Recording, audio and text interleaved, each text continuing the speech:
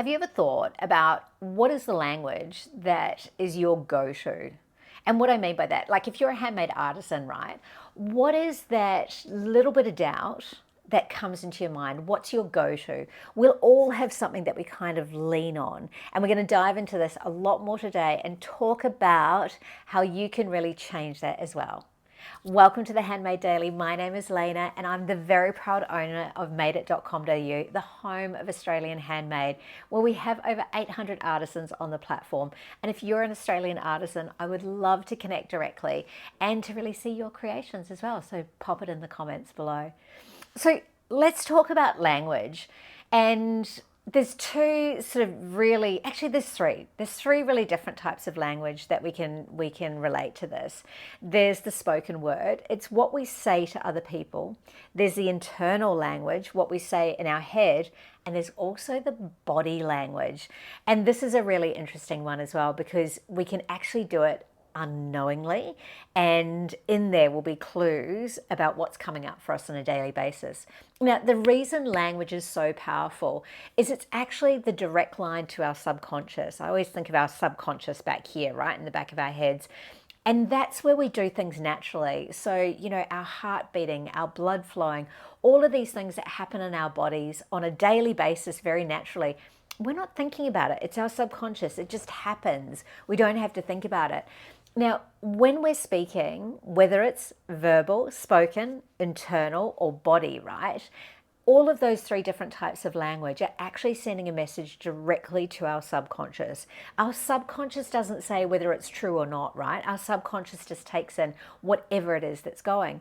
So let's say, for an example, if you haven't been getting the sales that you've been wanting to get, and you're like, I'm not getting the sales I want to get. Every single time you say that, your subconscious just takes it in like, I'm not getting the sales that I want. And naturally, the universe will give you more of what it is that you language. And this is very much based on NLP, which is neuro-linguistic programming, which I'm a practitioner of. And I haven't ever done it professionally, but it's something that I'm really obsessed with because I'm able to apply it into my life on a daily basis.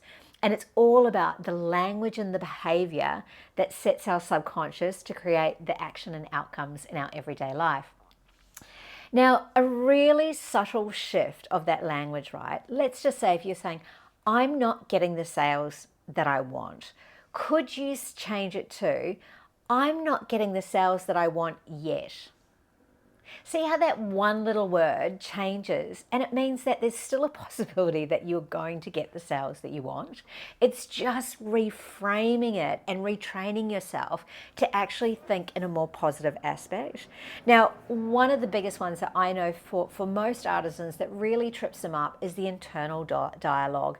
And you may know it as imposter syndrome. You may know it as not feeling or not being good enough.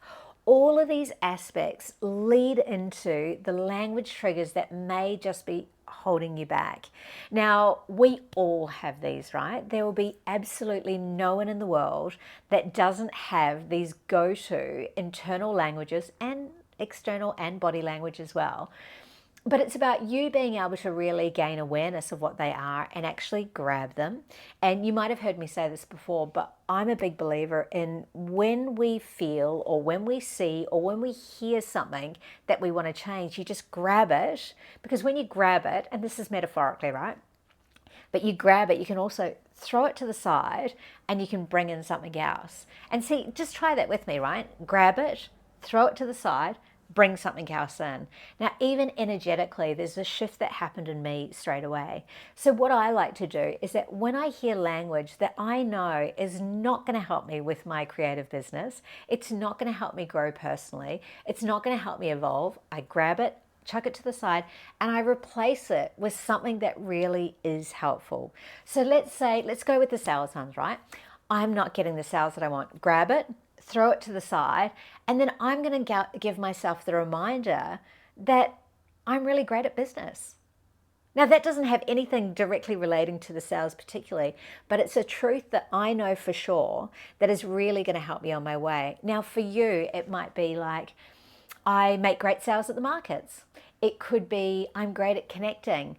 I make beautiful products, whatever it is that's going to work for you.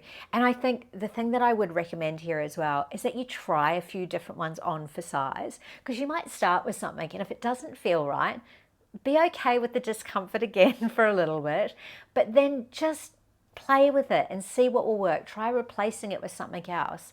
Maybe it could be even, I'm kind, I'm generous, I'm safe, I'm secure, all these different aspects, but we've already got rid of this thought or this internal language that isn't helping us, and we're replacing it with a new one.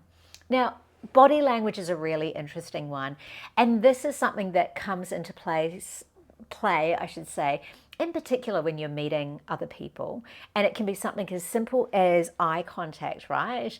And if you're able to actually make eye contact with people, and I know that for many people that can be really challenging.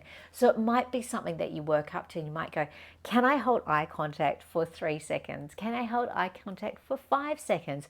And just ease yourself into it that way. But also as well, if you're in a space where you're not feeling great, let's say you're not having a great day, if you're like this, you're going to find it really hard to change that energy. So one of the things that I would say when it comes to body language, if you notice yourself that you're feeling like this and you're actually feeling down that day, just try lifting yourself up, giving yourself good posture, and open up your energy just a little bit and just see how different it feels. You know, I heard someone say that it's impossible to stay angry when you're smiling. So even when you're angry, try smiling, and almost naturally it'll start to soften the anger as well. If you're feeling fearful, how can you smile? It'll change that as well, change the energy around it. So what's your go-to language? Do you have one that's not helping you, or do you have a go-to one that does help you? I'd love to see it in the comments, because I think that when we share, we get to grow together and grow collectively, and that's just amplified. Have an amazing day. I'll see you tomorrow for the Handmade Daily. Bye.